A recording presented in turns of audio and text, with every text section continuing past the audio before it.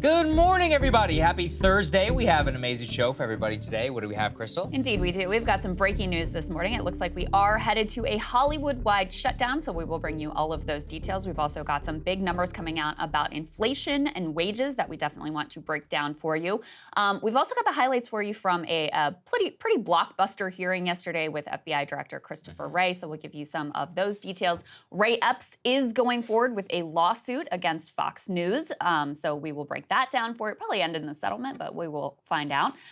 Also, we had talked to you before about how Fox News seemed to be not as warm and fuzzy towards Ron DeSantis, and now there are multiple outlets reporting that the Murdochs are considering turning and moving on to other candidates. At the same time, we've got a whole rash of new instances of SCOTUS corruption, and this one is conservatives, liberals, the whole damn court seems to be totally corrupt. And we have, for the second time in the week, have to cover some Morning Joe comments that were really just chef's kiss, covering for the President of the United States, blaming his staff for his failings. We also, now this is a big deal, got a panel in-house to cover the controversy of the week. How do we all feel about Jonah Hill's comments to his ex-girlfriend, his conduct? So we've convened a panel. We are going to discuss it. I figure we'll just settle it here. And that way everyone can move on from this moment and go to the next controversy of the week. We've all been embroiled in it. We might as well just put our cards all out there. It's just a fun Thursday thing that we're all going to get to do. Indeed. All right, so let's go ahead and start with that breaking news this morning. As I said, it does look like Hollywood is heading to their first industry-wide strike in 63 years. So SAG-AFTRA, that's the actors union, said at nearly 1 a.m. Pacific time on Thursday that negotiations with Hollywood studios over a new contract had collapsed. Their negotiating board has unanimously voted to recommend a strike. They are meeting this morning, 9 a.m. Pacific time, so that's noon Eastern, for a final strike vote authorization. So it looks like the actors are going to join the writers who have already been out on strike for about 3 months. This is a huge deal in terms of the, entertainment industry, and also really a sign of the times in terms of increasing labor agitation, increasing labor militancy. As I said, it was back in Marilyn Monroe's heyday was the last time that you had this kind of an industry-wide shutdown. This also comes, Saagar, amid some comments that were made by an anonymous studio head to Deadline magazine. That they sort of gave up the game here in terms of their plan. As I said, the writers have been out on strike already for quite a while, and those are people who are probably starting to struggle in terms of paying their rent. And this anonymous studio executive said that's actually their plan. Quote, "The end game is to allow things to drag on until union members start losing their apartments and losing their houses."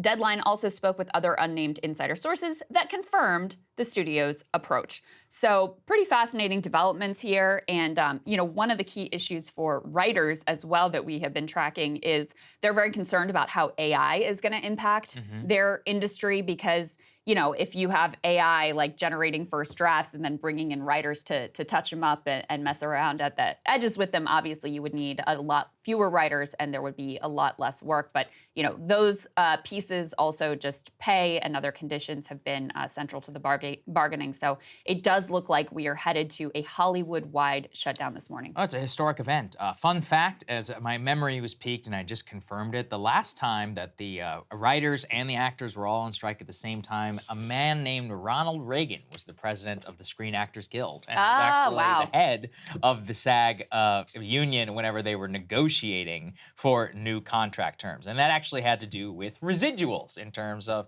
release, the rise of television. So not that, history really does rhyme and kind of repeat itself in this way. As you said, I believe that one of the big mistakes that was made here was that they tried to play the actors and the writers against each other. And they've seen now a huge alliance with so many of the actors also who are really moonlighting and often act as both, be treated and played against each other to make them align and say, look, with the revolution of streaming, with AI and post-COVID, the explosion of all of this content, we have to reclaim some sort of ownership and different payment model when the studios are going to be specifically doing something completely different than was originally agreed upon. I really think about HBO Max, or quote Max, I guess as it's known now. Yeah, what the hell is up with that? Yeah, that's a whole other conversation. Horrible branding. Yeah, horrible horrible brand. That sounds like Cinemax. Let's not take HBO. let's Anyway. take the best prestige TV name in all of history and just ditch it for no apparent reason. That's a whole other interesting thing. But this actually happened during the pandemic. It was pretty interesting. So Christopher Nolan and all of these other people had signed deals with Warner Brothers Studios to have their movies distributed in the theaters. The reason that they did that was because obviously the theater was the desired venue that they wanted their movie to go out. What they didn't realize, though, is that during the pandemic, that HBO Max, I believe Jason Kylar was his name at the time, who was the head of the organization, was like, yeah, because of COVID, we're just all going to release it on streaming. And they were like, well, hold on a second. They're like, I signed up to be the #1 studio in Hollywood. I didn't sign up to be distributed on the #3 streaming network. And they believe that it cheapened the movie experience. Interesting. Many times they manufacture the actual movie itself without the thought that it would go direct to streaming, which would also cannibalize some of the movie theater views, which is also how they get paid. This is why Scarlett Johansson was suing Disney as well over the release. I think it was Black Widow. Terrible movie, but beside the point. The thing is that compensation, the way and the structure of all these deals matters for the actors, for the writers. When you have so much of this power in the studio, being able to shift things around and say, nope, we're just going to release it on streaming. It's like, well, yeah, but if all the deals are negotiated on ticket prices and all this, there's not just the actors, the people who work on the film, agents, camera guys, like all this stuff. So much of their compensation can depend on performance and things that they had never considered. So ultimately, this really is about technology and about the future, just like the last Screen Actor strike that happened in 1960. That is exactly right. And just to read you a little bit of how the actors are describing their demands, this is from the New York Times. They write that their demands mirror a lot of the demands of the writers, including higher wages, increased residual payments type of royalty from streaming services, and aggressive guardrails around the use of artificial intelligence to preserve jobs. Guild leadership also wants new regulations regarding self-taped auditions, a pandemic phenomenon that has resulted in significantly fewer live casting sessions. So apparently became a thing during the pandemic and, wasn't great for actors, and studios just decided to continue the practice for whatever reason. I'm sure it was cheaper and easier for them. So those are some of the key sticking points. You have to think that the fact that the actors are, in a lot of ways, they're fighting for their own interests, but they're also in a certain way standing in solidarity with the writers. To think that that gives the writers a lot more leverage here as well, because nothing's going to happen in Hollywood until this gets resolved. So it's quite an interesting development, quite significant. It's personally a tragedy, just because so much prestige content is now effectively going to be on hold. All of our favorite shows basically going to be pushed back for, possibly even years. I believe even we have to wait even longer for the new Avatar movie. Can you believe that? Yeah. First, we had to wait a decade. Now we're going to have to wait even more than that in the original slate. But that's just that. Many of the streaming shows. Have more time to watch and others. Points. Yeah, I hate to say it, but it is actually great for YouTube. So, in some ways, that is often the casualty is that self-created content, like stuff like ours. Well, unfortunately, I guess for them, but fortunately for us, there will be even more of a demand of it, just because there's going to be a lot less content, for people to consume. I will say, let's all enjoy the Oppenheimer Barbie double feature while we have it. I'm really excited for it. I have the whole day planned out. I'm excited to hear what you guys think of all of that as well. Yes, indeed. All right, well, let's go ahead and get into the new economic numbers, which fits very closely with this story because, of course, the overall landscape of the economy really impacts how much power labor has in these types of negotiations. Some actually good news in the new inflation numbers, quite a significant drop. This shows, perhaps maybe the Federal Reserve can quit trying to crush the economy and put everybody out of work because inflation is, in fact, cooling. Slowed sharply in June to its slowest pace in more than 2 years. Consumer Price Index increased 3% in June relative to a year earlier. That's a slowdown from 4% in May. We've got some numbers here about exactly where that inflation is coming from. Let's go ahead and put A1 up on the screen. This is from Heather Long on the I guess it's on your screen, the right-hand side as well. You see the inflation numbers. You can see the drop-off that came in June. That's quite a significant, development. But if you look into the numbers here, you can see where there is still a significant amount of inflation, and actually rent is a big part of it, plus 8.3% in the past year, eating out still on the rise, plus 7.7% in the past year. Car maintenance has gotten significantly more expensive, 12.7%. Car insurance also spiking 16.9%. And then she also has the areas where inflation has eased a lot. You have gas down 26.5%, used cars down 5.2%, meat relatively static at this point, but down 0.2%, and airfare down 18.9%. So, this is encouraging for sure. And the other piece of this was that for the first time in a long time, wages actually rose a greater amount than inflation. We'll show you some of those numbers in a minute. At the same time, this is why the picture is so mixed, because people have been struggling with this inflation for so long. You have student loan debt payments set to restart. You've got Americans with record-breaking amount of credit card debt. You have a bunch of pandemic-era programs that help people out in the short term that have all more or less been rolled back at this point. So in terms of how people feel about the economy, even with some positive numbers just now coming out, the answer is still not great. Let's put this up on the screen. There was a poll from Economist YouGov, asked people, do you believe the U.S. is currently in an economic recession? Not are we heading there, not is there a chance of one, but do you feel that we are right now in a recession? And you have very close to a majority saying yes, 47% say yes, 29% say no, and 24% say not sure. So a solid majority, very large majority saying either yes, we're in a recession, or we might be, I'm not sure. So that's kind of at odds with some of the big picture economic numbers that we've been getting out recently, and big debate about why this is. Is it that, people just don't understand how good they really have it? Obviously, that's not really what we think here, but there are people that are arguing that.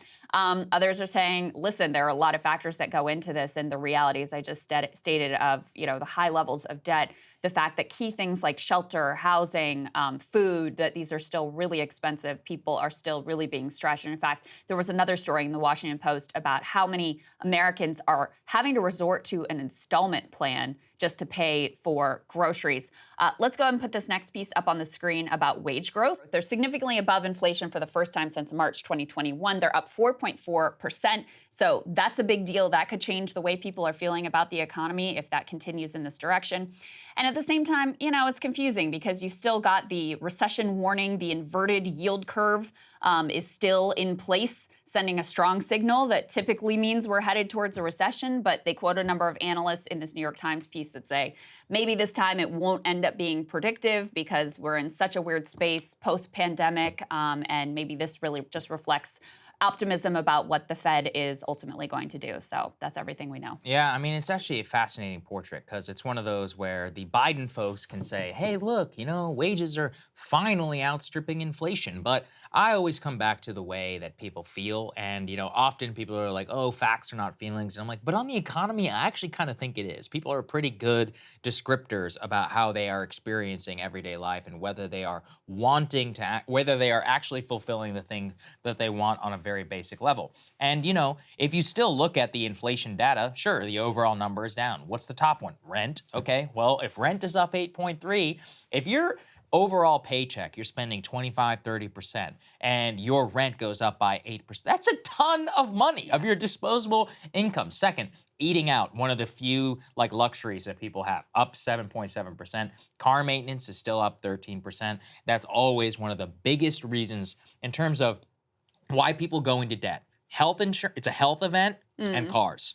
Those are the two money pits that people get into. It's an unexpected thing. People very rarely save for it. They don't have the cushion. And then when it hits, the price is even higher and they can gouge you even more than they want to. Car insurance also up by 17%, largely as a result of some road accidents that we continue to see. But, they're like, oh, gas is down by 26%. Yeah, it dropped from $5 a gallon, so it's still $3.50. Used cars, they're down 5. Still, I did monologues here. It is nearly impossible right now to buy a used car for less than $20,000, which I can't even say that out loud because it sounds so crazy to me. And then airfare, same thing. Airfare is down by 18.9%. But as I have described here, and so did we, I believe we did an entire thing about this, Krystal, the price to a destination, which has anything even tangentially to do with vacation, is higher than ever before. So yeah, I guess the Boise to Montana route is down a little bit. But try flying to Europe right now. I mean, I told you this. My flight was canceled on my way over to India. They were like, yeah, the next flight we can put you on is 3 days because every flight across the Atlantic is booked solid. So that's what people are actually dealing with, you know, on the desirable routes. Almost every one of these metrics, whenever you actually experience it, especially in a relatively high demand way, the cost is completely out of control. Student loan debt payments are set to restart here very shortly. And the average monthly payment is about $393. So every month for people who are student loan debt holders, which is a lot of the country, and especially young people who are just getting started out in their careers, is about $400 a month. That's a big hit. A lot of money, yeah. At a time when U.S. households hold a record $17 trillion in debt, including nearly $1 trillion in credit card debt. So there's a lot of overhang here, and so let's be clear, like, people are not crazy to feel like their financial situation is not great and to tell pollsters, yeah, to me, it feels like we may already be in a recession. But we should also say, if the numbers continue in this direction and you genuinely have wage growth that is outpacing inflation, which again has like not happened ever in my lifetime, and you have inflation continuing to cool, and you have the Fed taking off, you know, at least they may not put their foot on the gas, but at least taking their foot off of the brake, this is the best news possible. It's good for people in general. That's the best part of it. But if you're looking at the politics of this, I mean, these might be some of the most critical numbers in terms of whether Joe Biden is going to be able to get reelected or not. Because in 2022, you know, we really felt like, and a lot of people felt like, the fact that there was high inflation, people were feeling so poorly about the economy and right track, wrong track, that that was going to portend a potential large red wave, didn't materialize because of a variety of issues, but primarily abortion. You know, is abortion still going to be the key issue in 2024, or are people going to revert back to the economy being kind of their primary focus at a time when, you know, Joe Biden's numbers on the economy are trash? Like, they're not good, right? And so if you continue to have this kind of wage increase, lowering of inflation, the White House has to feel very good about these numbers and the fact that you have seen inequality come down over the past number of years. So, you know, it'll be interesting to see whether people actually start to feel this, start to feel like, all right, my wages are picking up.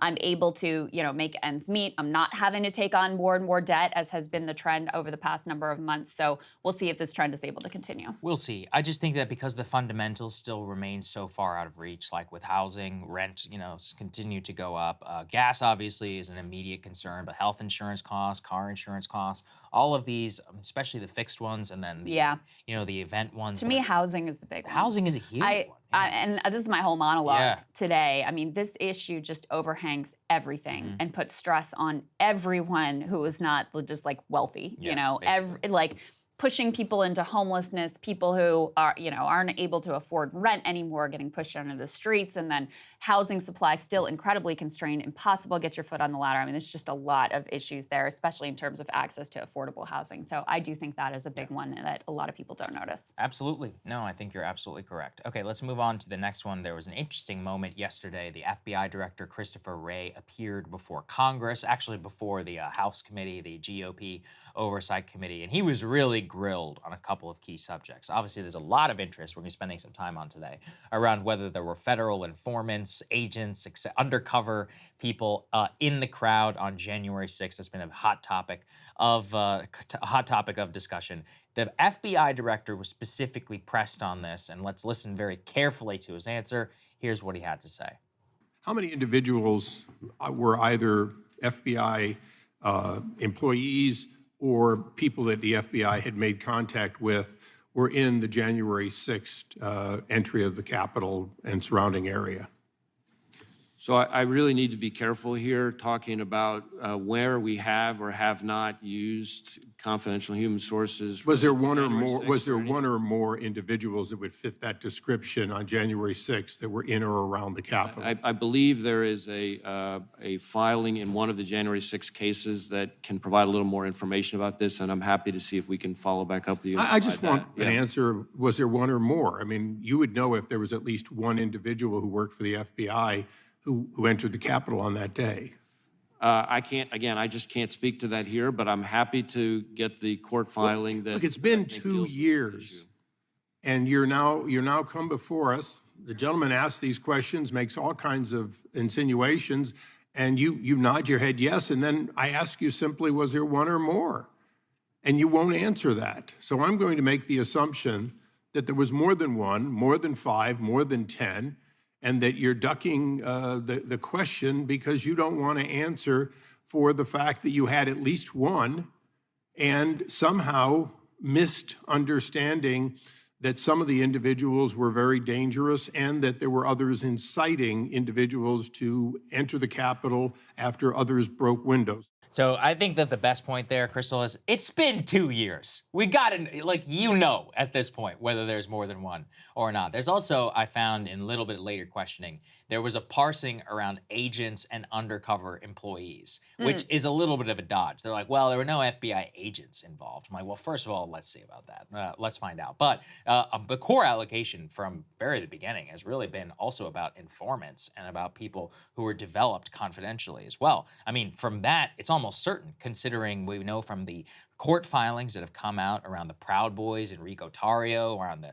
Oath Keepers as well, like who was, who wasn't a Fed in some of these organizations. And it also comes to the core question, which I think is correct. Now, look, let's not say that these people aren't acting in bad faith, but they're like, well, if you guys had all this info and you knew so much about what was going on, how could you then have the debacle occur in which you are so completely unprepared? That also is, fundamentally one of the core questions here around, like, was this a screw up, or does this justify, basically encasing the entire Capitol as a cage for several months and spending $500 million on National Guard deployment? Yeah. Well, and I think that's why they're so reluctant to answer any of these questions. This is humiliating for the FBI. It should be. I mean, think of all the fake plots that they invent and then swoop in to disrupt Gretchen Whitmer kidnapping. I mean, throughout the war on terror, the way they would entrap young Muslims and invent these plots and set them up. So when you had an actual threat, and you had informants littered throughout all of these organizations. And this is not a mystery at this point. I mean, we know this from, as you said, Saagar, the court filings with the Oath Keepers, with the Proud Boys in particular. But we know that the feds had informants throughout a number of these right-wing organizations that were involved in January 6th. And you weren't able to disrupt what was an actual violent threat. That's humiliating. And so, to me, at this point, the mystery is solved. The answer is they had tons of informants. They should have been able to know. We know there's a ton of reporting about how these informants were never asked about the activities of their own organizations. A lot of what they were asked by the feds was like, what do you know about Antifa? Especially the Proud Boys informants within their organization. There was no curiosity about whether the Proud Boys themselves posed some sort of a threat. It was all about like, oh, you've got proximity to Antifa, tell us about that. And so meanwhile, they completely miss this thing that's developing right underneath their own noses. So I haven't seen any evidence that there's truth to this idea that this was some sort of a false flag, and in part because, again, this is nothing but embarrassing for the FBI and the deep state that this was allowed to unfold, and they basically, had informants in the crowd that did not tell them key details about what was going to happen. Exactly, and there also was a really interesting moment where they referenced some of the stuff that came out in the Twitter files about FBI agents specifically flagging and taking things down, censorship requests, flagging requests, that was directly brought to his attention. So here's what he had to say when he was confronted over that. The evidence shows your agency, the people that directly report to you, suppressed conservative-leaning free speech about topics like the laptop, the lab leak theory of COVID-19's origin, the effectiveness of masks and COVID-19 lockdowns and vaccines. But what I would say is the FBI is not in the business of moderating content or causing any social media company to suppress or censor. That is not what the court has found. What I would also say is among the things that you listed off, I find ironic the reference to the lab leak theory. The idea that the FBI would somehow be involved in suppressing references to the lab leak theory is somewhat absurd when you consider the fact that the FBI was the only agency in the entire intelligence community to reach the assessment that it was more likely than not that was the explanation but for the pandemic. Your agents pulled it off the internet, sir. That's what the evidence in the court has found. So it's kind of an interesting little testy exchange. He's not wrong in terms of when they talked about it, but they didn't start talking about lab leak until literally like 2 months ago. So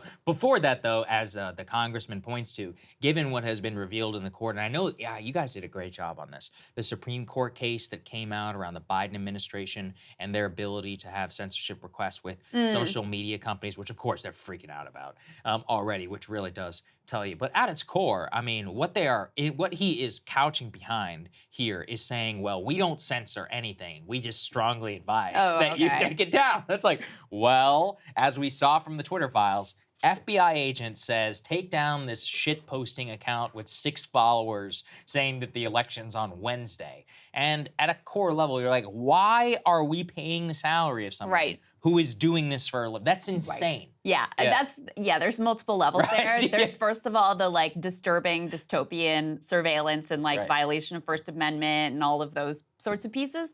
And then when you actually look at the tweets that they were flagging to be taken down, you're like, this is what you're spending your time on? Remember there's the one lady who was like some resistance activist who was pretending like she said some snarky thing about like, for everyone who shows up without a mask, I'm gonna change 1 vote from Republican to Democrat. Like clearly a joke. She had like 5 followers or something, got 2 likes, you know, and they're like, this is a threat to their national security.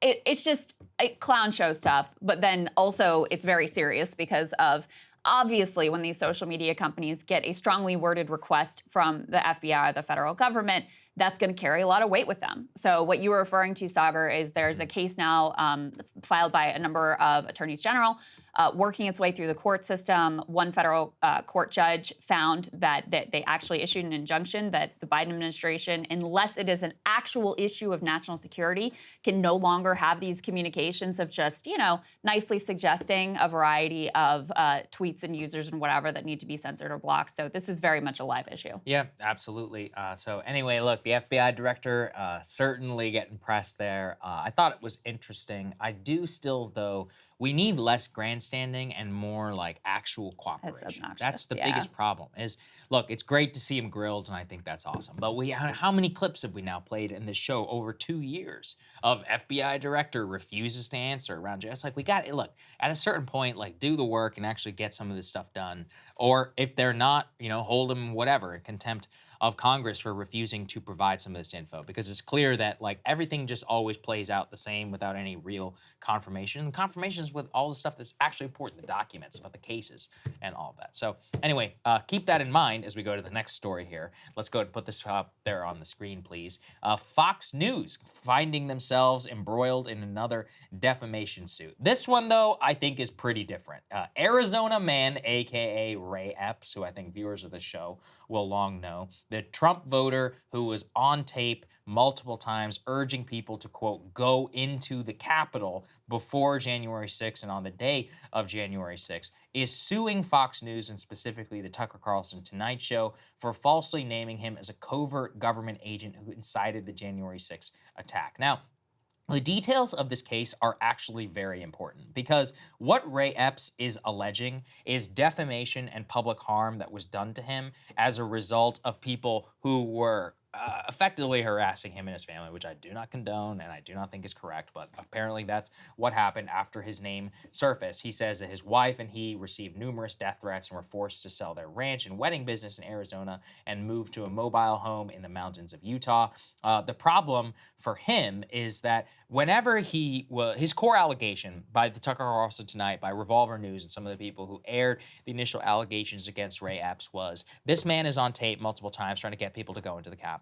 He has not yet been charged by federal authorities, while QAnon Shaman and all these other folks are, you know, not only in prison at this point, but fully gone through the judicial system. The reason why most people don't get charged is usually that they are federal informants. So the question is, was he a federal informant? Now, by focusing in on that, you know, by someone who was created and posted on wanted posters, that was part of the other, you know, curiosity about this case. Ray Epps was initially flagged as a core instigator of some of the violence or going into the Capitol, and then was taken off of FBI wanted posters afterwards. Was what happened in this sudden change? You know, why was he taken off of these posters? Why was he not charged? Well, interestingly enough, though, in the actual lawsuit, Mr. Epps claims, we don't know if this is true or not, that the Justice Department actually notified him they are planning to file criminal charges against him related to his role in the Capitol attack. Quote, details about the charges remain unknown, but the fact that they are being filed undermines the notion that Epps was being protected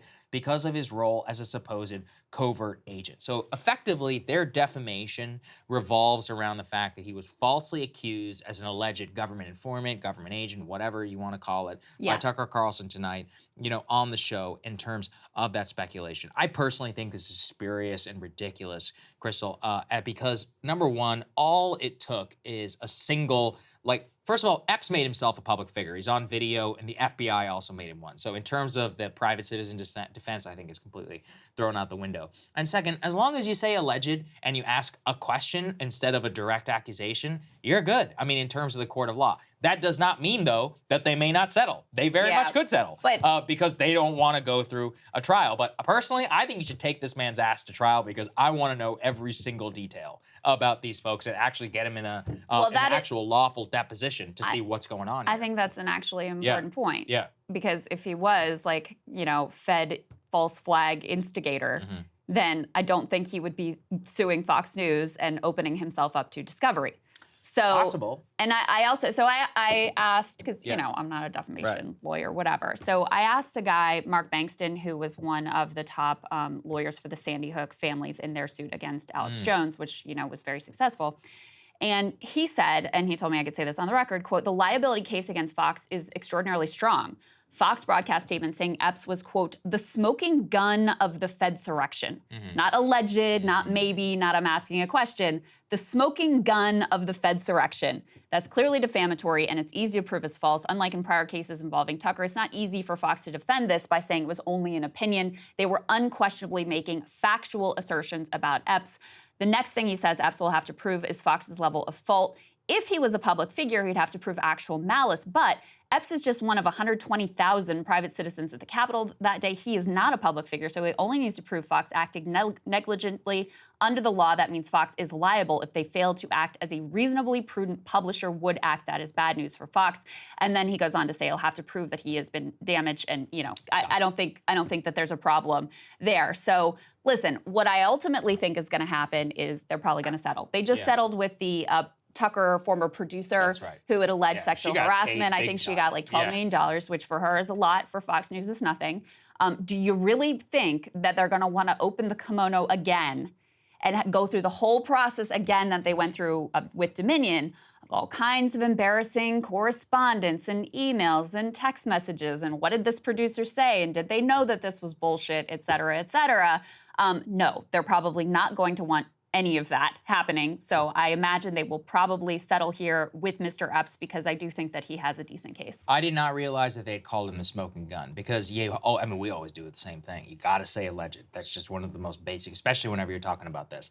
Public figure, though, I really, I think that on that one, just saying that you're one of 120,000, like that doesn't really pass scrutiny whenever he was literally on an FBI wanted poster and made himself a core part of it by shouting constantly on video and knowing that he was being filmed at the time. So, we could quibble about this all day long. Is he an actor? No, but at the same time, I believe there have been multiple cases in the past where witnesses and participants in big events have been declared public figures after they later on tried to sue for defamation specifically like this. And the reason was that it's like, well, even though it is no fault of your own, you became one whenever you became involved in the case. We'll see how it all plays out. As you said, though, the reason why I think the only reason he has a good case is reputationally, Murdoch and them, they just want to wash their hands of this. They don't want to deal with it anymore. So they're willing to pay somebody to shut up and walk away. They already paid out $1 billion on this Dominion voting system. They just paid $12 million to this former Tucker producer. To them, one of the reasons that they fired him was because they didn't want to deal with this stuff anymore. And to them, they want to walk away. So, for them, he very much could get a very big payday from him. So we'll see. And reportedly, Rupert Murdoch really hated the Tucker January 6th stuff. I was going to say, so Rupert in particular was very upset. Yeah, and so, the whole, Fedsurrection documentary, quote-unquote thing that Tucker did, apparently they didn't like. He was about to do an interview with someone, or he was about to do some additional commentary on that just before he was fired.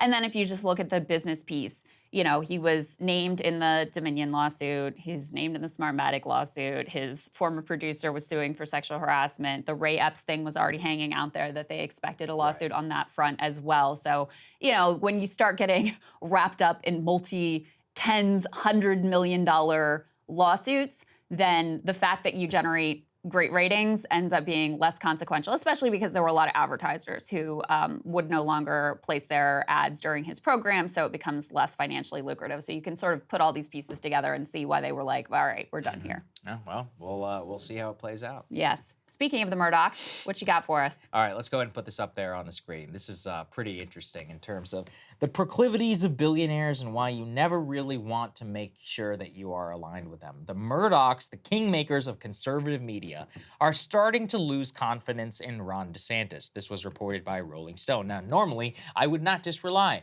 on Rolling Stone, but one of the reasons why I think that you can take this to the bank is that the Murdochs, and clearly the people around them, are basically leaking this to anybody who will listen. Go ahead and put the next one up there. Literally almost an hour after that story posted, another one was posted by the New York Times saying, quote, DeSantis confronts a Murdoch empire no longer quite so supportive. The Florida governor faced tough questions, as we noted from Fox News in outlets, in a sign of growing skepticism.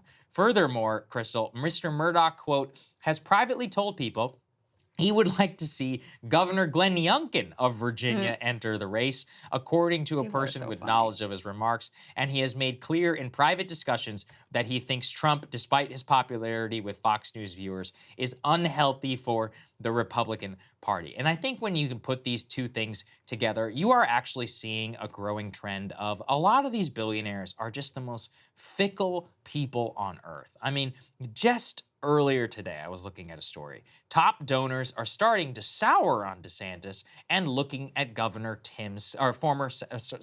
Senator Tim Scott.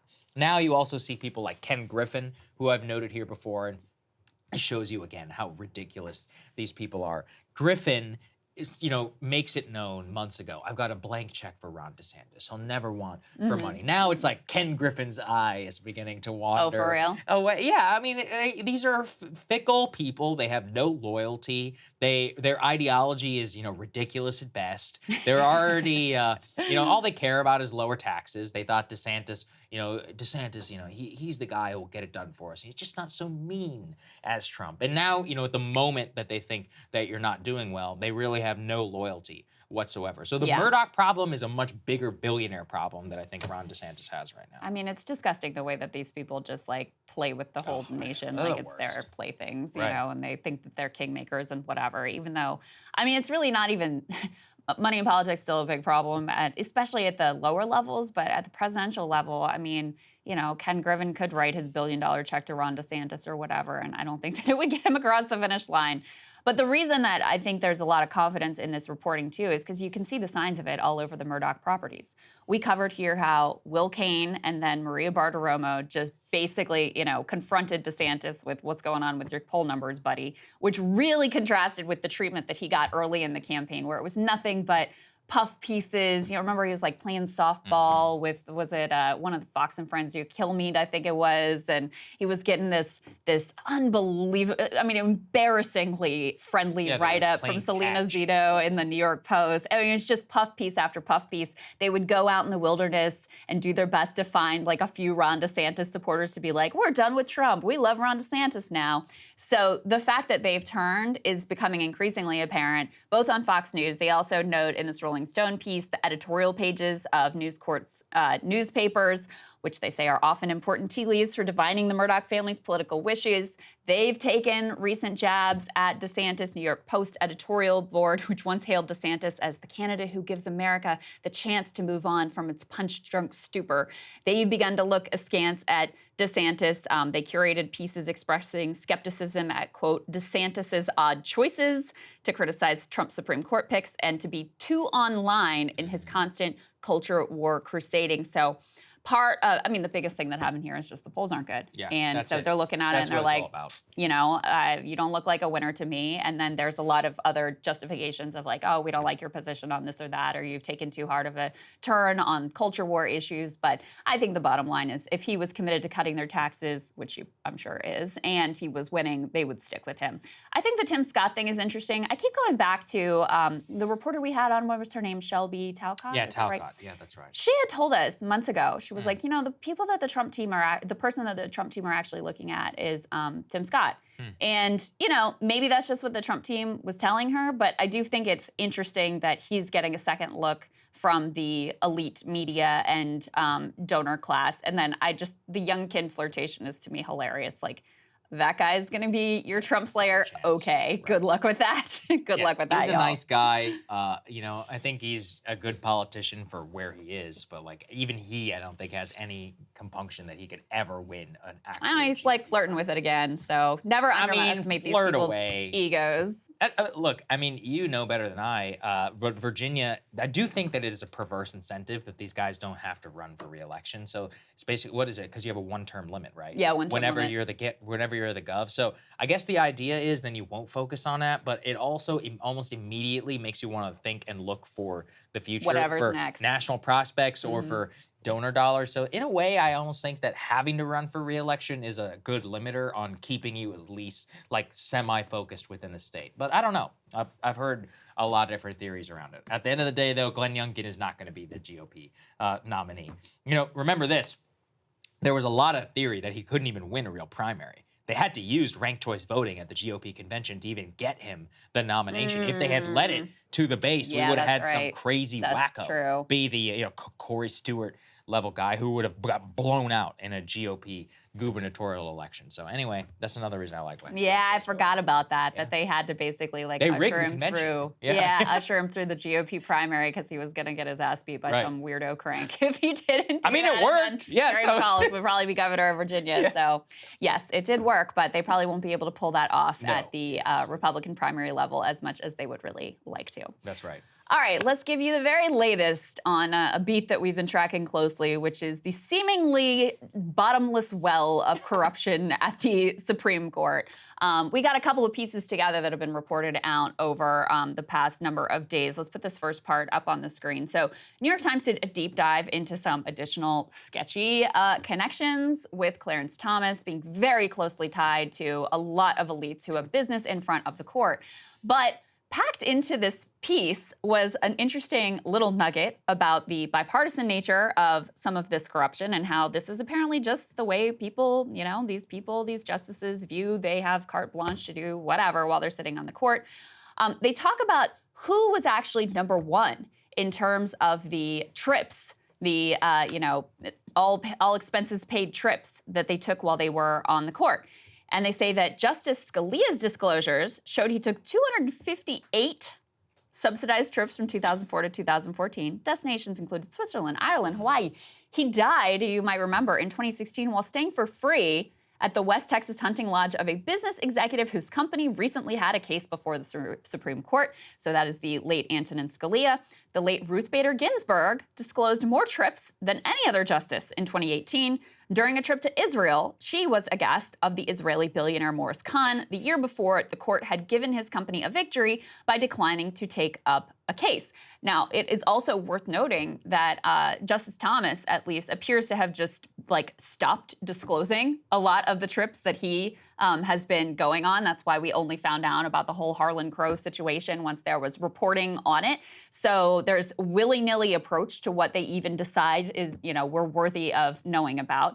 So that's one piece. The next piece here is some reporting on current Justice Sonia Sotomayor. Let's put this up on the screen. So she has been going on book tours. One of the exceptions to the rules about how they can get paid is they are allowed to write books. They're allowed to make money from writing books. And so she has a habit of going on these book tours to libraries and universities and whatever. And the AP here got their hands on multiple emails where her staff was prodding public institutions, as they put it, to buy her memoir or her children's books works that have earned her at least $3.7 million since she joined the court in 2009. Repeated examples, they say, of taxpayer-funded court staff performing tasks for the justices' book ventures. That's the thing that former Governor Cuomo got in trouble for, that we really raked him over the coals for here. Apparently, she is doing that as well. But since the court holds itself to basically no standards, there's no actual prohibition even on her using her staff, her taxpayer-funded staff, to help her write her books so that she can earn millions.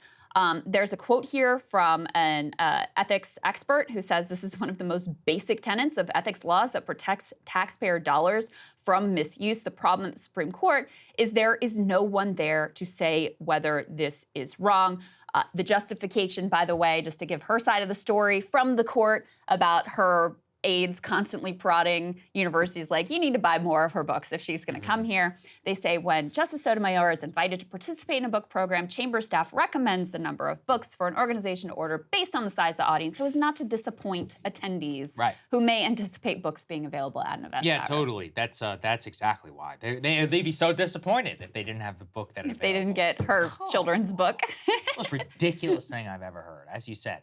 The worst part is that these people are federal employees who are pushing private books. This is the most basic ethics kings violation. And queens, really. Same thing happened with, what's her name, Elaine Chao, Mitch McConnell's wife over the Department of Transportation, using federal resources to help flog her billionaire father's book while she was literally the Secretary of Transportation. I mean, this is one of the oldest tricks in the book. And one of the reasons why is that books are normally one of the avenues that federal officials and elected officials can make a ton of money while not, directly serving in another job. So look, the other problem is we don't even know how much money she's making off these books. But it could, I'm literally, like you said, millions. What, yeah, she all of a sudden decided to become a children's author, out of nowhere. Or maybe the margins on children's books are incredible because they're like this big and you can sell a ton of them. The problem, I think, with all of this is just the sheer lawlessness with which they seem to behave. I mean, especially coming out in that. Like, RBG really just thinks you can fly around the globe. You can just do it all for free. You can stay at these billionaire residences whenever they're arguing cases before you, and they don't think twice. Clarence Thomas doing the same thing, Scalia. I mean, but these are really just the tip of the iceberg, because these dinners and events and all these things these people get to go through in Washington throughout the legal world, it's like you said, they're kings and queens, and they behave that way, and they expect the courtier treatment. And I often find that one of the reasons why they're so comfortable accepting a lot of freebies is because in their minds, they're like, I've given up so much to serve on the court. I make a mere $300,000. Yes, pauper's salary. Multi-millionaire. And I'm like, yeah, well, you can leave anytime you want. And then you can go make a ton of money and live that lifestyle and nobody would care. But, this just shows you the mindset that they have about the sacrifice. I think that's exactly right. And, they're in this high position of power. There is no accountability. They have no actual set, really, ethics rules that they have to abide by. And they feel themselves to be a part of this extremely wealthy elite set. And so to them, it's only fitting that they be treated and feted to these trips and vacations and goodies and perks and whatever, because they do feel this sense of like, there's been some reporting on this with regards to Clarence Thomas, like they feel that they deserve this lifestyle rather than, I do think if you are going to serve on the Supreme Court, if you're going to serve in these positions of quote unquote public service, I do think that there should be some measure of sacrifice, more so even than what has been, what is the actual reality for these individuals. And, I can't get past the irony that these are supposed to be the arbiters of true justice in our land. And forget about like a, two-tier legal system. Like they hold themselves to no standards whatsoever, and they have no plans to change. There was additional reporting about Clarence Thomas. I mean, this is just like another weird, sketchy, I don't even know what's going on here. Let's put this up from The Guardian. So lawyers with Supreme Court business were sending Venmo cash to a Clarence Thomas aide. And it all seemed to be with regards to some Christmas party that he had. But I'm talking these lawyers. One of them was on the affirmative action case. I mean, these are really, serious big time people. And they're like cash apping money to his top aide? What the hell is that about? And we don't exactly know, but it sure looks sketchy as hell. So Yeah, what's the explanation? I don't know. I don't know. They didn't respond to a request for comment. So we really don't have an explanation. The Venmo account, which was public prior to requesting comment for the article, and it is no longer, show that this aide received 7 payments in November and December from lawyers who previously served as Thomas legal clerks. The amounts of the payments not disclosed, but the purpose of each payment is listed as either Christmas party, Thomas Christmas party, CT Christmas party, or CT Xmas party in an apparent reference to the justice's initials. So, you know, they just feel themselves to be above it all. None of the laws, apparently, they think apply to them. They don't think that they should be held to any sort of ethical standard when I think it's clear to everyone else that they should be held to the highest ethical standard given the amount of power that they hold in our system. Yeah, and most people would not disagree with that at all. The only people who do are them. So, you know. Yeah, truly. Yeah, really does show you. Them and their spouses. Yeah, That's exactly. it. Yeah, the spouse is probably most of all. All right, let's go to the next part here. This is just one of the best that we've been able to see in a while. MSNBC's Morning Joe and Mika Brzezinski are very upset with Joe Biden's staff for letting him appear old. They're not upset with Biden for being this old and continuing to run and be trying to run for re-election and run the country, put himself in a very stressful job. They are upset with the staff for not helping hide how freaking old that he is. Here's what she had to say. They also managed his schedule very carefully. Yeah, I think his staff needs to own his age. I'm just going to be honest. I don't think they do a good job helping out the president. And I'm not talking about it like, I'm just saying if you are managing a president's schedule and you are managing a president getting on stage and getting off stage and getting on planes and getting off plane, and yes, he's 80. You need to be there for him and you need to make a pathway. And you sure as hell better make sure he doesn't fall on a sandbag. And I blame the staff for that. I mean, these are the things that are going to hurt him. These are things that are going to be played on a loop. Okay? Let him do his job. Let him do his speeches. Let him work on policy. Let him do his connections in Congress, unlike any president that we've seen. I don't know, since Clinton. But my God, make sure, you know, your Secret Service, you're his staff, that you were there and you're telling him what's next. And it's not because, don't take this as, oh, he can't even get from one place to another. When you're busy and you're on stage, and we've been on stage, right. I've done speeches and I'm so nervous. I'm doing the speech. I'm trying to get it right. And when it's done, I don't know which way to go. And I'm looking for direction. So do a better job. Because you can't have these video images of the president tripping or the president like going the wrong way. It's not going to work in this presidency because his age is going to be a factor. His age is going to be a factor, and it's your job to make sure he gets from one place to another. He can handle the presidency. You have to handle his schedule and where he goes. You've got to handle his schedule and where he goes. I would posit that we've had several presidents.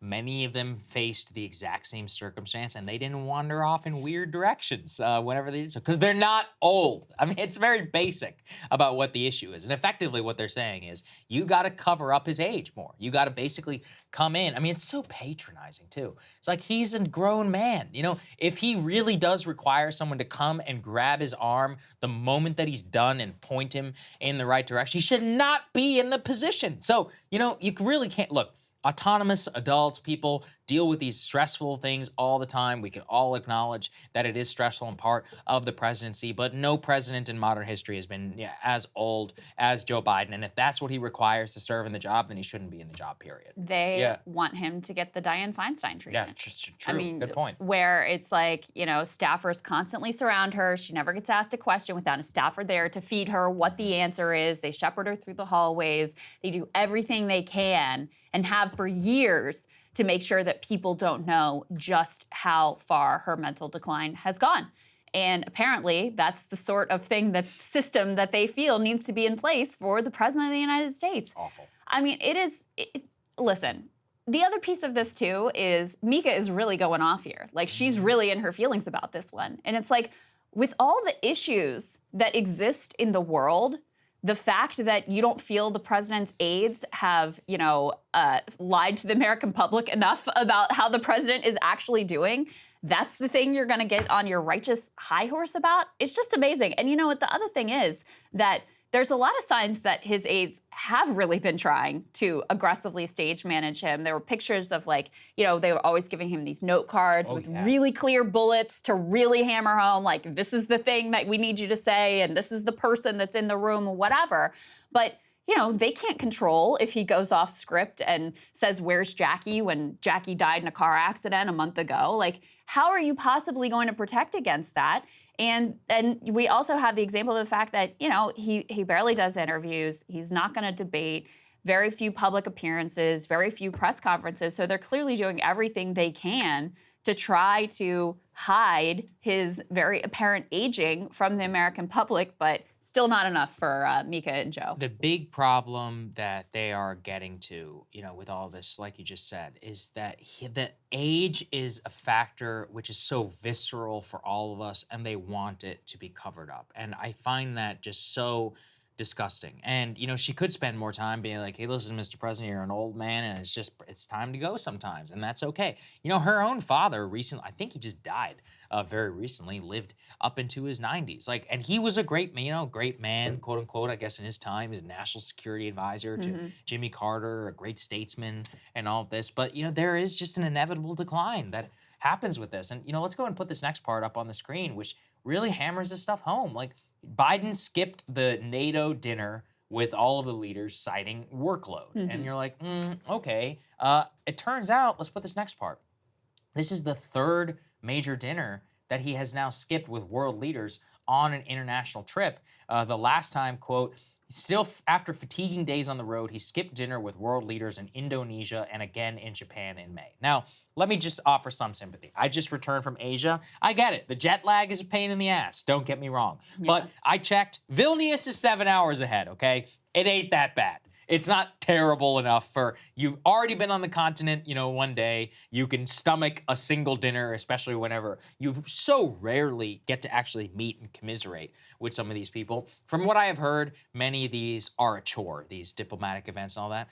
You know, don't be the head of state then. I don't know what to tell you. If you don't like to be feted and attend some of this stuff, then you probably shouldn't run for president. It would drive me crazy, don't get me wrong. But, Yeah. you know, that's not what I do. But, you know, Joe Biden used to live for this stuff. That's the other part. You know, he's not like us in that we were like, you know, like, I don't want anything to do with this. Like, I'm not interested in your, like, you know, bullshit table conversation. He's not like that. He's a, you know, old school, glad-handing politician, very, you know, really prizes those personal relationships. Kind of sort of Trumpy in this regard, like, you know, really views foreign policy through the lens of his, like, personal relationships with various world leaders. So, yeah, when he decides in multiple trips that he's going to skip out on those dinners, it's indicative, and it's a rough schedule. No one is saying that being president of the United States is a cup of tea. You know, it's brutal, it's stressful, it's exhausting, it's long days, it's late nights, it's early mornings, it's all of those things.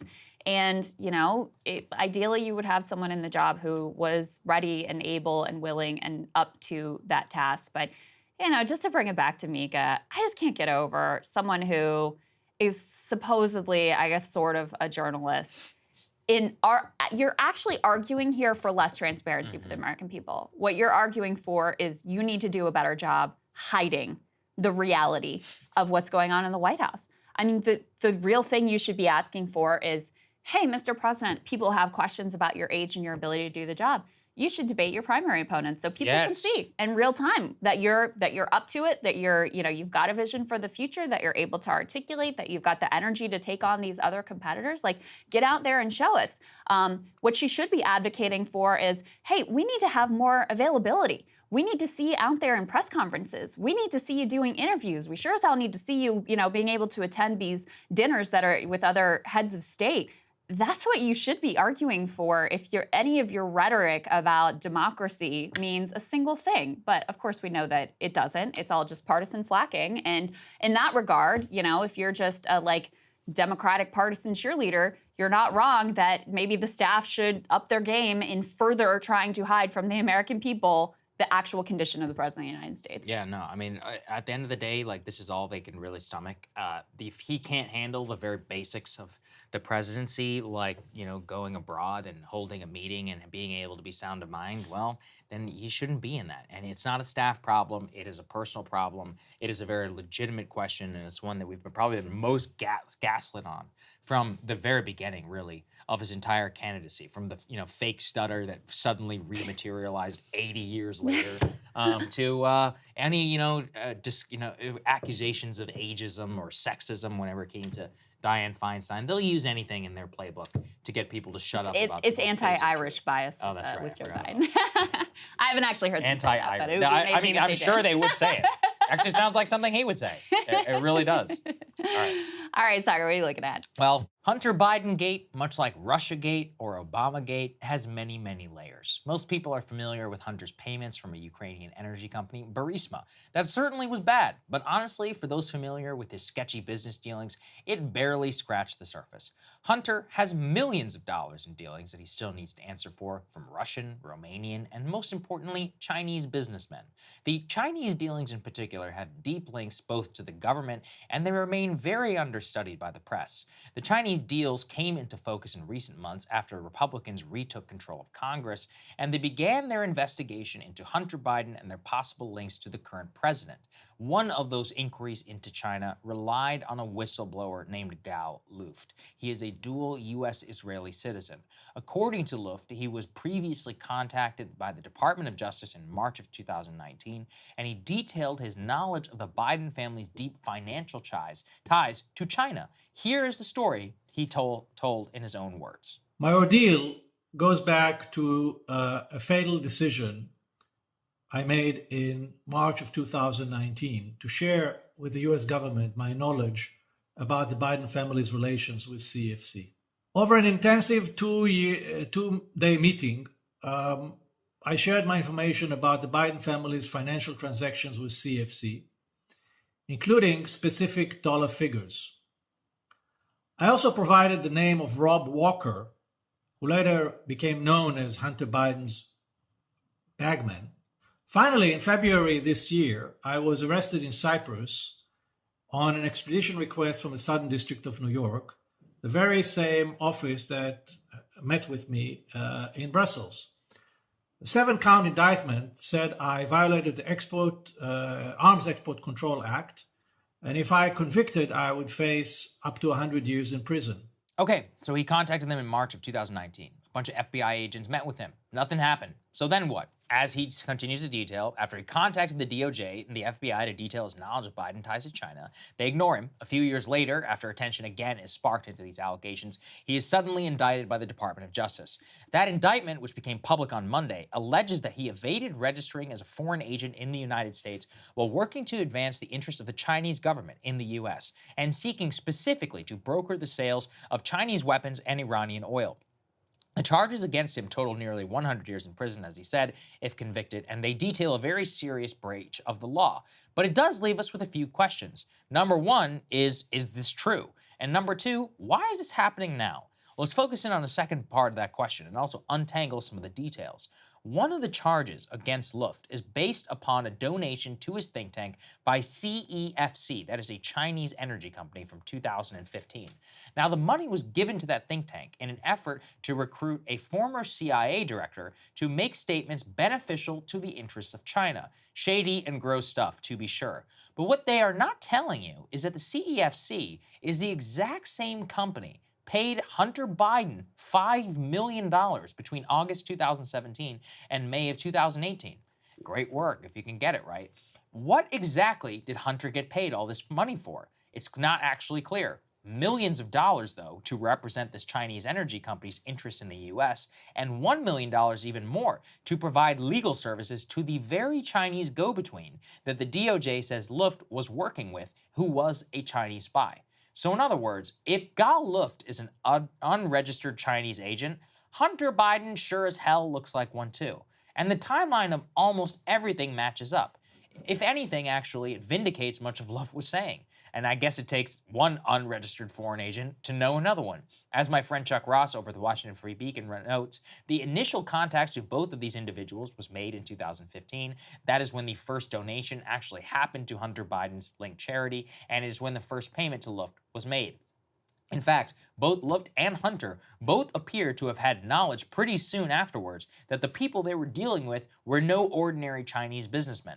Hunter himself, in a text message in 2017, specifically said he wanted to avoid registering as a foreign agent as part of his deal with the CEFC. Now, for those who are familiar, this is where the character Tony Bobulinski also comes in and relates to this entire saga. Bobulinski, of course, came forward after the release of the Hunter Biden laptop and alleged that he specifically met with Joe Biden in May of 2017 regarding this exact Chinese energy company deal, and that Hunter himself laid out the, quote, 10% for the big guy being Joe Biden. So upon closer inspection, the headline the Department of Justice sought in trying to make this all go away is not close to reality. The reality, though, is that Hunter Biden Whistleblower has been revealed as a Chinese spy. It is also, though, the Department of Justice has confirmed that the company which paid Hunter some $6 million is now confirmed as an agent possibly of China, and that the same behavior that the whistleblower was now indicted for is the same stuff that Hunter Biden was doing. That the company in question here, at the least, is alleged by this whistleblower to have been directly financially connected to the President of the United States. And I understand this can all seem complicated, but it's not. Even the government now admits, effectively, that the company is a Chinese spy front, and they paid the Biden family. Plain and simple. The only question now is, did he get a piece of that as president or not? This too vindicates the previous text message revealed by the House committee. IRS whistleblower Gary Shapley specifically noted that a previous search warrant uncovered this infamous text message by Hunter to the very Chinese energy company, threatening action if he was not paid. It invokes how his father was sitting right next to him. So look, now it's actually all coming together. The shocking part is that upon investigation, it actually looks even more clear that Hunter and possibly Joe got into some very sketchy stuff with this Chinese energy company. But don't expect the media to actually tell you the truth about the case. So, Krystal, that's my investigation, as I said. Gotcha. I think it effectively... Appreciate you digging into this. It boils down to it takes one unregistered agent to know one. And seriously, I mean, and when you look into even the indictment, you're like, okay, so the government's confirming this is a spy front. We know it's verified that the Hunter's been paid $6 million for this. We know that the U.S. front agent Tony Bobulinski says that he met with Biden. So now it's actually open and shut. You're like, okay, well, why didn't Hunter get charged as an unregistered foreign agent when he said he didn't want to in a text message? And did Biden have anything to do with it? Simple. It's actually a very simple question. Yeah, I mean, listen, already what we know about Hunter trading on his name may not be illegal, but it's grotesque and indefensible. Well past that. And like you can't even, even that the media won't really say, And so it's just grotesque to me what these people feel like they can get away with. And yeah, is it inconvenient for the case against Joe and Hunter that one of their key witnesses turned out to be a foreign spy? I mean, it doesn't help, right? In terms of his credibility, it definitely does not help them in order to make the case. But does it mean that what he's saying is 100% false? No, it doesn't rule that out whatsoever. Yeah, and I thought it was funny. It's like upon investigation. And, I said this previously when Hunter got indicted and there was a big flash here when Ryan was here. I was like, Ryan, do you know how much money you got to make to owe $2 million in taxes? That's some 30% of your income after write-offs and all of that. There's millions and millions of dollars that this man is making. And apparently, though, is still broke enough that he doesn't have it to pay. So where did all that money go? So anyway, it's grotesque, as you said, in nature. I think that's the perfect word for it. Krystal, what are you taking a look at? Well, we have closely tracked here the way that private equity has swooped in to buy entire neighborhoods across the country, vacuuming up single-family homes and positioning themselves as America's landlords. Great money-making venture for them, disaster for literally everyone else. Well, this week, a group of Senate Democrats, including Sherrod Brown, Ron Wyden, and Elizabeth Warren, they introduced legislation seeking to cut the legs out from large investors who are buying up the nation's housing stock. The Stop Predatory Investing Act aims to make it less profitable for these private equity-backed companies to purchase single-family homes. So basically, the bill says you cannot deduct mortgage, interest, or depreciation on these homes once you own more than 50 of them, undercutting one aspect of the very lucrative nature of this business. In addition to cutting into the profit margins of mass single-family landlords, the bill also attempts to incentivize selling homes to actual aspiring homeowners. According to a Senate one-pager, quote, if an investor sold one of those properties to a home buyer or a qualified nonprofit, they can deduct the interest and depreciation for the year in which the property is sold. So basically, if you're one of the big guys, you don't get tax breaks while you own the property, but you do get a break if you sell it off to an actual human being rather than to permanent capital. Now, let me temper my expectations here a bit. First of all, no Republicans have signed on as of yet, meaning that the bill's prospects in the Senate are dim, let alone the GOP-controlled House. And second, hard to say just how impactful this bill would actually be, even if it did somehow pass through. With high mortgage rates, a good chunk of these large investors actually buy houses in all cash, making the tax deduction piece of this less significant to their bottom line. It's ultimately a much more reformist and less radical reform than what I would like to see, but it is a start and at least aims to tackle what is a very real problem. What's more, the fact that this issue is getting serious attention at the federal level is telling in and of itself. Housing is literally the least affordable that it has ever been in history. Take a look at this chart showing the way that the median monthly mortgage payment has skyrocketed in the last several years as housing prices have spiked and mortgage rates have jumped thanks to the Fed. This has huge ramifications for every income level outside of the rich, pushing up shelter costs for everyone from renters to aspiring homeowners to current homeowners who need or want to move. The net effect here is to push everyone down a rung on the ladder of stability, and those who are barely hanging onto the bottom rung, they get pushed right out into the streets, leading to the homelessness that has become endemic across the entire country. This disastrous state of affairs is apparently starting to break through at the federal level, as evidenced by this effort and by some others too, including legislation introduced by Bernie and AOC. Now, their bill would fund upgrades to public housing and repeal an amendment that caps construction of new public housing units by the federal government with the goal of expanding and improving social housing. Now, the fact that Sherrod Brown has made himself the face of this new effort aimed at private equity, it also tells you something key about the politics of pushing back on investors buying up American neighborhoods. It is no accident that he is pushing this bill at the same time as he faces a very tough reelect in his home state of Ohio. Now, Ohio may be an increasingly red state, but this bill is good policy and good politics there, especially because Cincinnati, Cleveland, and other Ohio cities, they've been going to war with the private equity-backed giants that are destroying neighborhoods, pricing out homebuyers, and jacking up rents. In fact, according to the Cincinnati Enquirer, 20% of the homes sold in the first quarter this year were snapped up by investors. That puts Cincinnati in the top 10 of cities nationwide in terms of investor share of purchases. This has been a huge source of tension, major issue locally. The Cincinnati Enquirer recently documented how one single Texas-based company, Vinebrook Homes, now owns more than 3,100 homes in the county that includes Cincinnati. They've specifically targeted increasingly scarce starter homes that are priced around $100K to $200K. That means that working-class neighborhoods have been transformed practically overnight from real neighborhoods into just another profit center for giant corporations. These companies' increasing dominance in the rental market has also caused rents to skyrocket as they push the whole market to be way less affordable. And it's not like these renters are getting good service for their money either. Vinebrook was sued by the city for neglect and failure to pay their bills. They've since settled for $500,000 in fines. Just the cost of doing business, I guess, for our nation's slumlord behemoths is what it appears. In recent years, Sherrod Brown has been the only Democrat who seems to be able to win in the state of Ohio. He's done it by leaning into a pro-labor economic populism that is uniquely suited to a state that has struggled with industrial decline post-NAFTA and opening up trade with China. By honing in on private equity and housing, he's once again placing a big bet on bread and butter issues. But this will undoubtedly be the toughest fight of his political career, and it's far from certain that he can overcome a partisan tilt that makes the state more and more difficult for a Democrat to win, no matter what they do and what good legislation they back. I just hope more politicians recognize that curbing the abuses of these giant landlord vultures is good for the country and also good for their careers.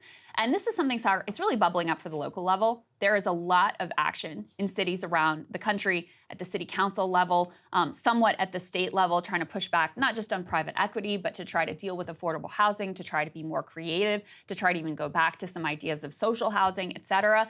And you're just now starting to see it bubble up at the federal level. Yeah, it's actually fascinating. I like the tax credit idea a lot. That's actually probably my favorite. You know, unfortunately, we've talked about housing has a limited intersection with federal policy. The most you can really do on it is the tax level. So that idea of not giving the break or not being able to roll profits if you do sell to the wrong person is actually the perfect way, I think, to handle this. And since I believe that the Trump tax cuts actually expire next year and include the mortgage interest deduction being taken away. This could be a key way to actually shoehorn some of that in there in terms of the tax policy. I mean, there are a lot of other things they could do at the federal level. I mean, one thing is you could fund more social housing. You could also have a renter's tax deduction because, which would make renting more financially beneficial and also more affordable for people. So there is a lot of legislators who want to get creative, but it's at least encouraging to see them like nibbling around the margins here a little bit. No, I think you're well said. All right, let's get to it. The panel, main event. The thing everybody's been waiting for. Jonah Hill, right or wrong?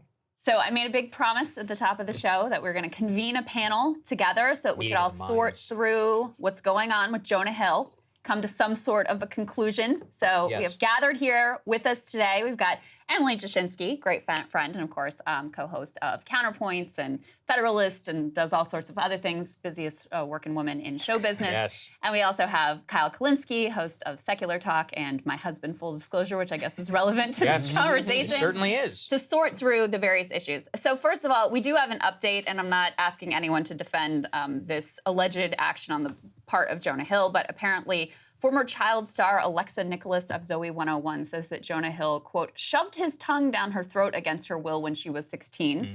So we have some additional character questions about Jonah Hill. But the thing that everybody... He was 24. Yes. Yeah, he was 24. They were at a party at Justin Long's house. Who was it? I don't know. Time, I don't even know who any of I these don't know. people Justin Long. To be perfectly honest with you, I don't know who any of these people are. But the piece that people are really debating, let's go ahead and put this up on the screen, is Jonah was in a relationship with this woman, Sarah Brady, who is a surfer. That's basically all I really know about her. And she posted online these text messages that he had sent her.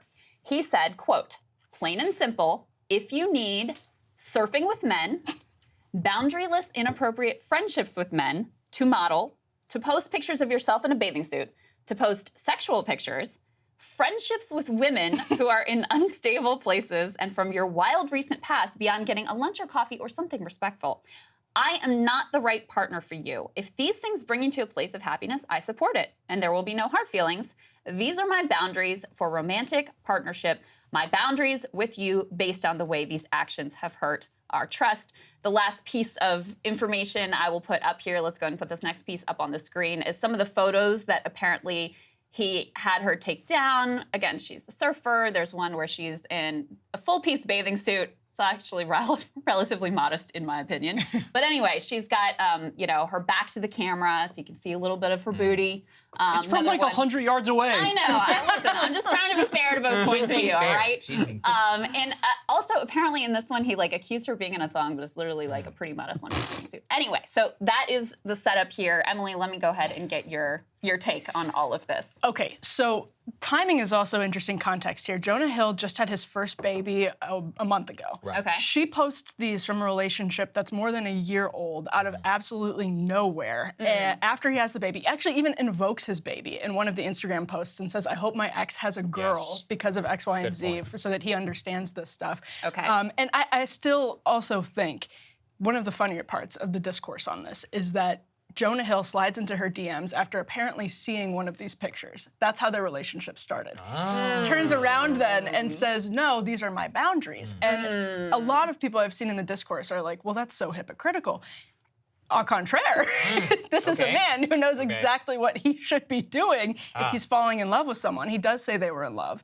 So you meet, you realize actually all of the other men in the world are looking at these things that made me attracted to you in the first place. This is my big contrarian take here.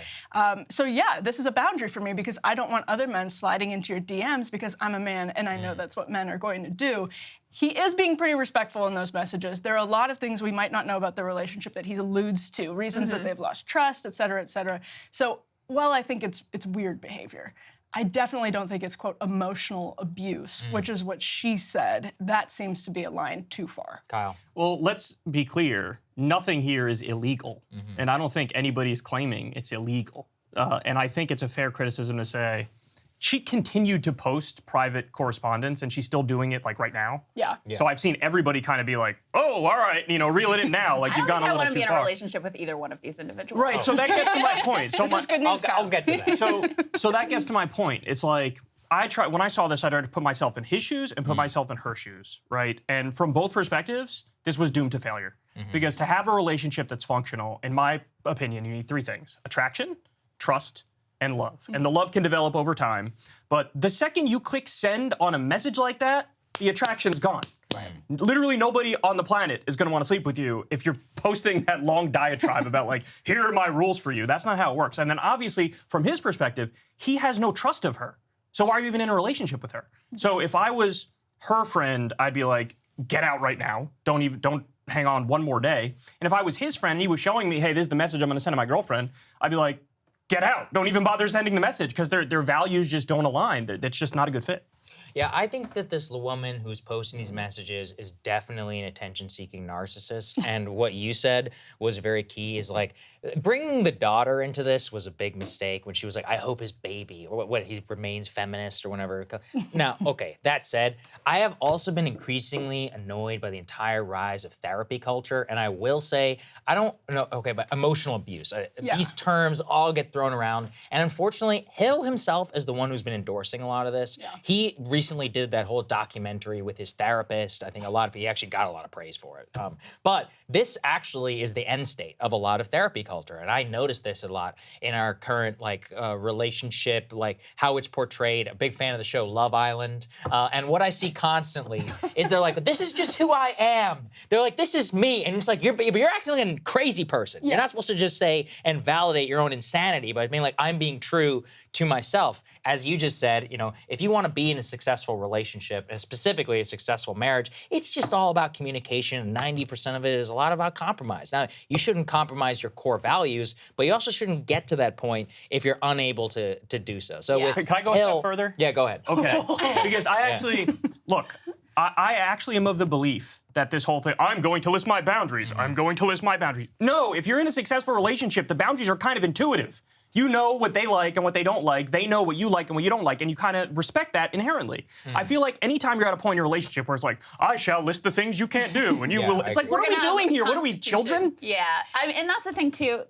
So listen, the therapy language to me comes out also in his post of like, these are my boundaries and blah blah blah, as if it's reasonable for you to impose whatever boundaries are like 100% make you feel in control of this relationship.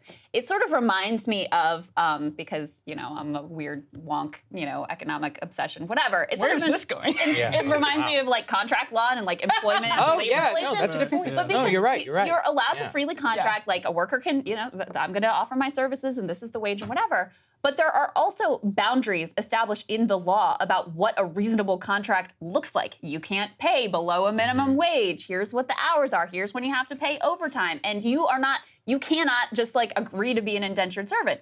So if you are putting out, these are my boundaries, you have to ask yourself, is it reasonable to tell this woman who is a surfer she can't like basically be seen in a bathing suit? What is she supposed to like wear a burqa everywhere now so other dudes don't think she's hot?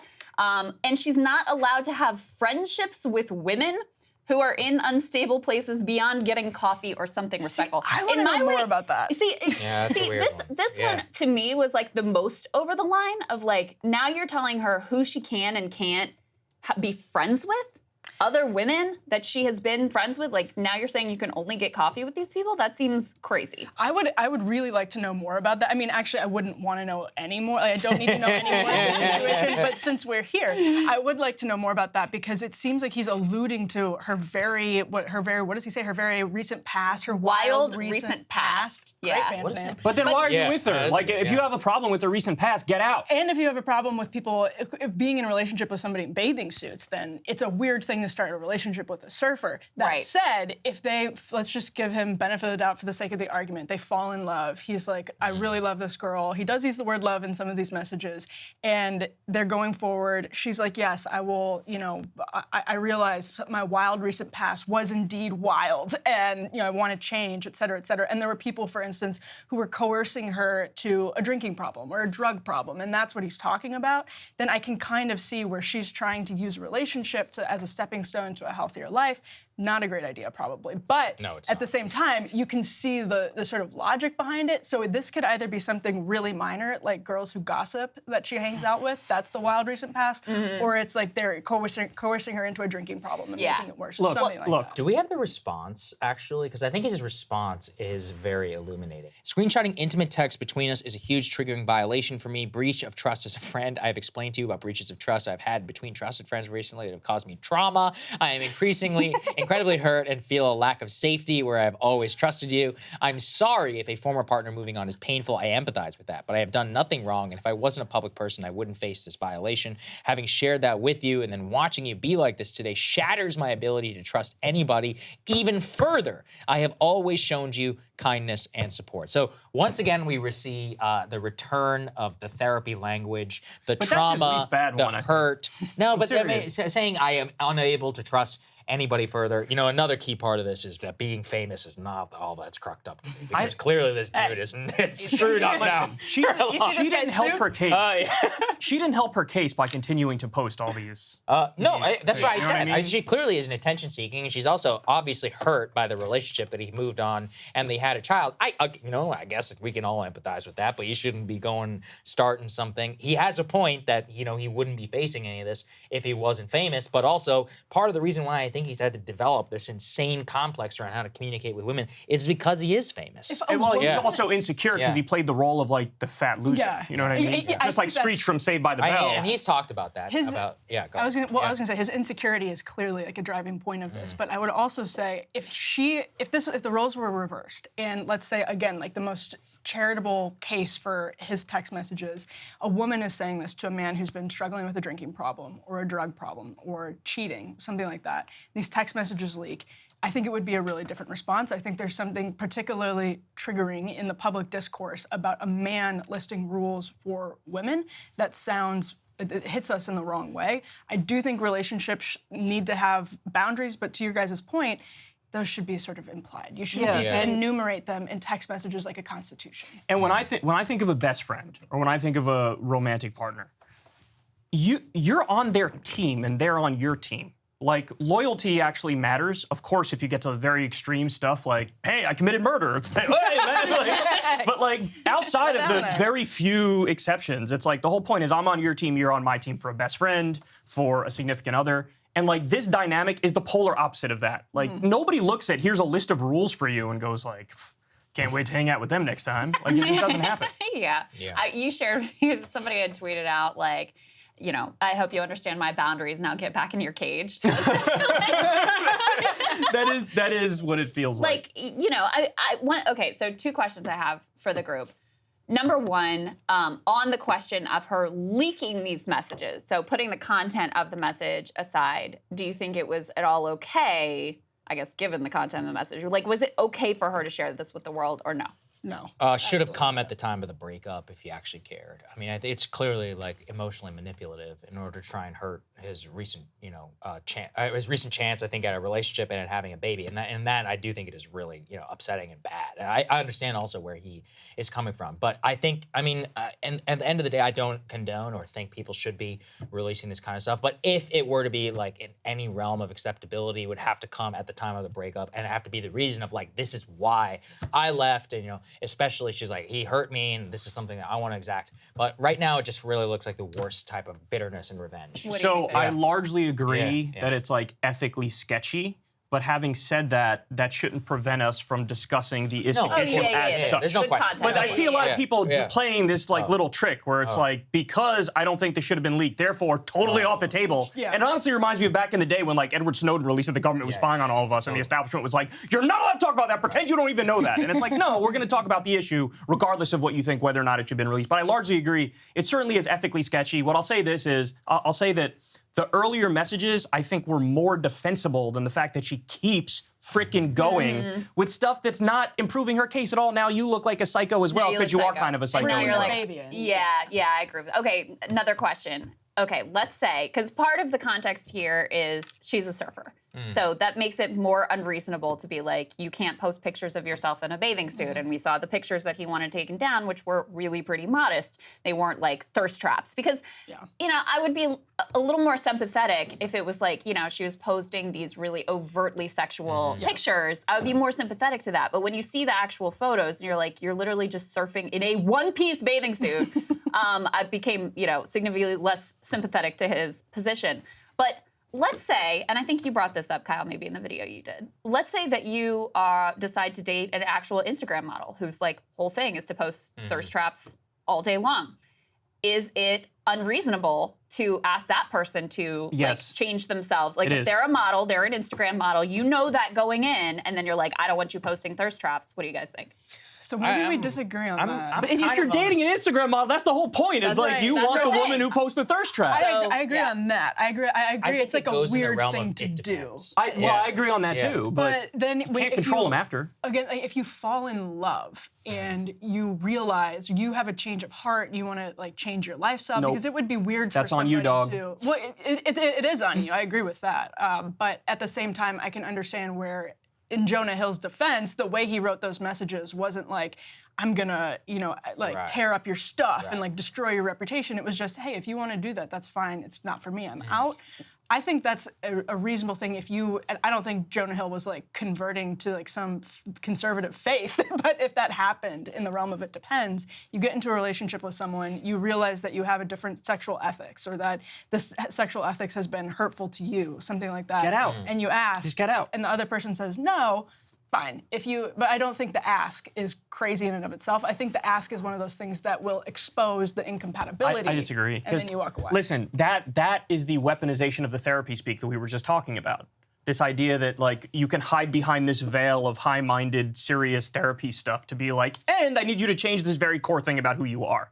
So I think, look, you know what you're signing. Everybody knows what they're signing up for. And he knew what he signed up for here. And so for him to turn around and be like, no, I don't approve of any of this, it's like, nobody cares if you approve of any of it. She's going to do what she's going to do. And where does it end too? Because clearly a core part of what he objects to is just her being in any position where other men could find her hot. Yeah, that's correct. Yeah, and that's just like, from his insecurity. That's all that is. Where does that end? Like she's not allowed to go out in public. Wear your burqa, that's where it ends. Exactly. Like she can't wear a bathing suit. She's got to wear a burkini, or she's got to like have floor-length skirts. It gets to a level of where this is not about her. She's not doing anything wrong.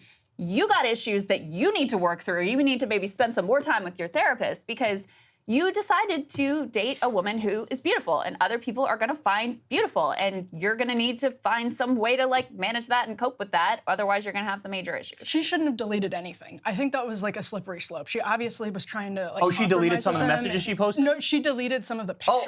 Right. And, like, Yeah, no, you're right. Because like these people are fundamentally incompatible. It should have just ended. Yeah, exactly. Like their ideas about what's appropriate and what, like, it is just fundamentally incompatible. To the previous question, this is what I brought up when we were talking about, was Penn Badgley, I believe that's how you say it. Oh, Gossip Girl. From Gossip Girl, but also recently of You, actually said he is swearing off racy sex scenes that previously were a staple of the show out of respect for his new wife. And I was like, that is actually kind of interesting. It gets to, in a way, like his wife she knew what he was whenever she married him, obviously. That said, though, it seems to be out of discussions between him and his partner, like he felt like it was disrespectful to her and he no longer wanted to do it. But actually it did cause... but it did cause some consternation on the show because they're like, well, hey, that's like a core part of the contract that you signed about the character. We don't know the background of that. His wife could have been like, you're doing this or I'm leaving. You know what I mean? It's possible. I don't know. I just don't like if you know what you signed up for, I don't like now you got to change it. It's like if Krystal came and be like, you can't play golf anymore. It's like, I've been playing golf my whole life and now we're married. Doesn't mean what are you talking about? Those sexy golf pants, you can't have that. I know. Yeah. Actually, it's pleated pants. Let's go. Krystal told me before we started this, she was like, I think I'm going to come out in favor of right to work. Yeah. That's smart. That's right. Smart. One of the final points I wanted to make is about introspection, because I think the thing that drives me crazy about all this stuff is the lack of introspection all around. Because even minimal introspection, you would have realized, like, I'm being a little crazy here. On her side for continuing to post all of this stuff over and over and try to be the #1 story in the country. And on his side for like being so demanding and having this list of boundaries that he's enforcing after the fact when you already knew these things about her. People need to, it goes back to the weaponization of therapy thing. If you stop and look inward and think like, just objectively, how would a reasonable person view what I'm doing? I think it would have nipped a lot of this in the bud, and they would have realized very quickly, like, if I'm doing minimal introspection here, I shouldn't be with her, she shouldn't be with me, this just isn't gonna work, it's a toxic relationship. If anything, the trajectory is going in a worse direction, it will keep on going in a bad direction. Yeah. So I think that could have prevented all of it, but unfortunately, I actually do think that this, modern age obsession with therapy type stuff, it actually gives people a very powerful tool to not do introspection. No, this is narcissism. Well, Right, that's what I'm saying. I mean, that's Narcissism good, masquerading yeah. as like intellectualism, basically, through therapy. Yeah, I was going to say on that last point, and this is actually a fairly serious one, I think therapy culture has allowed people to inflate definitions of things like emotional abuse to a point where it is actually very dangerous because it cheapens the experiences people have with real emotional abuse, and it allows everyone else to put themselves in this sort of like, that you sort of step into the role of a victim when she had plenty of agency in this situation. She wasn't being coerced or controlled. She could have done anything that she wanted to do, and it's weird behavior on Jonah Hill's part, but she is a free woman who is able to do what she needs. She's exercising her freedom right now, and to say that is emotional abuse, I think is really allowing people to lump themselves in an unfortunate way with people who are suffering very, very severe, actual, like legal, serious emotional abuse, and that really is an unfortunate trend, I think, for the country. Well said. Yeah, I agree with that. I would just say my final point is just don't send the message in the first place, just leave. And to her, when she received that message, the second she received it, just leave. So I Yeah. see a lot of Stop blame to go all posting. around. Yeah. But I do think at least prior to her continuing to post all the messages, prior to that, I thought his behavior was way weirder because in those initial backs and forths, it looked like she was being kind of like trying to appease him and trying to be reasonable, and so that's why I think everybody sort of jumped to her defense initially because it did seem like very, very controlling behavior. Yeah, you go. I do feel like I should stand up at least for like therapy can be good for people. Oh, yeah. Sure. I'm not saying like therapy's terrible. No, we should go to therapy. Have you ever tried golf? I just think there's That's why you should sign up a for line BetterHelp. between. Have you tried alcoholism? It can be good to like, self-reflect and work on your lives. They're all good things, but then you have to consider the line between working on yourself and then just like obsessive narcissism, especially when it comes into contact with your romantic partner. Yeah, That's okay. where I will leave things. All right. This was a great discussion. We had a lot of fun. Good way to end the show. Dr. Phil. We'll see you guys later.